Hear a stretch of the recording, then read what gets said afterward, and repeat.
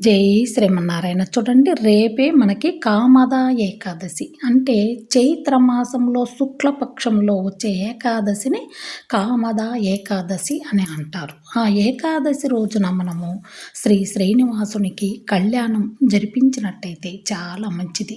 పాదాలు చూడండి, పాదతీర్థం పాదాలు కడిగి కన్యాదానం చేసినట్టయితే ఖచ్చితంగా, అంటే చాలామందికి మగపిల్ల వాళ్ళే ఉండి ఆడపిల్లలు ఉండరు కాబట్టి కన్యాదానం శ్రీనివాసుడికి కన్యాదానం చేసినంత ఫలితం వస్తుంది. ఆ పాదాలు కడిగి ఆ నీళ్లు నెత్తిన చల్లుకుంటే.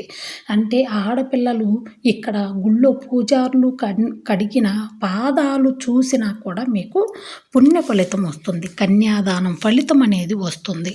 అయితే ఆ అమ్మవారికి కళ్యాణం చూసిన శ్రీనివాసుని కళ్యాణం చూసిన ఎంతో మోక్షప్రదాయినిగా అవుతుంది. చూడండి, చిట్టి ఉయ్యాల్లో ఆ తండ్రి నవ్వుతూ ఊగుతూ ఉన్నాడు. అక్కడ మనకు 7 కొండలుగా మనం మెట్లెక్కించాము. ఇక్కడ ముత్యాల పందిరి వేసి ఆ ముత్యాల పందిరికి మనము పూల తోరణాలుగా కట్టి ఆ పందిరి పైన ఆ శ్రీనివాసుని విగ్రహాన్ని నిలబెట్టి మనం కళ్యాణం చేసి ఆ కళ్యాణానికి ముందుగా పసుపు కొమ్ములు కానీ, లేదంటే మనం ఉత్త పసుపునైన వెండి రోలులో పోసి మనము దంచి ఆ పసుపుని మనము సూత్రాలకి ధరించిన, మనం ఏ ఒక్కటి చేసినా ఆ అమ్మవారు చూడండి ఎంత అందంగా అలంకరణ ముస్తాబై ఉన్నారో. ఆ అమ్మవారి దగ్గర ఎంత పవిత్రమైన స్థానం ఉందో చూడండి.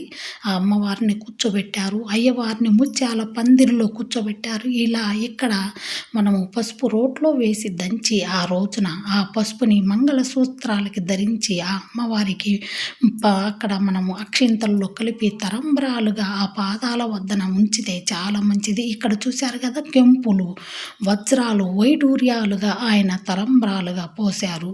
ఇక్కడ ఆయన వస్త్రాలు, ఇక్కడ సున్నుపిండి స్నానానికి తయారు చేశారు. అమ్మవారికి పసుపు దంచి ఆ పసుపు కొమ్ములని కూడా తయారు చేశారు. ఆ శ్రీనివాసుని ఏకాదశి రోజున ఇవన్నీ చేసినట్టయితే చాలా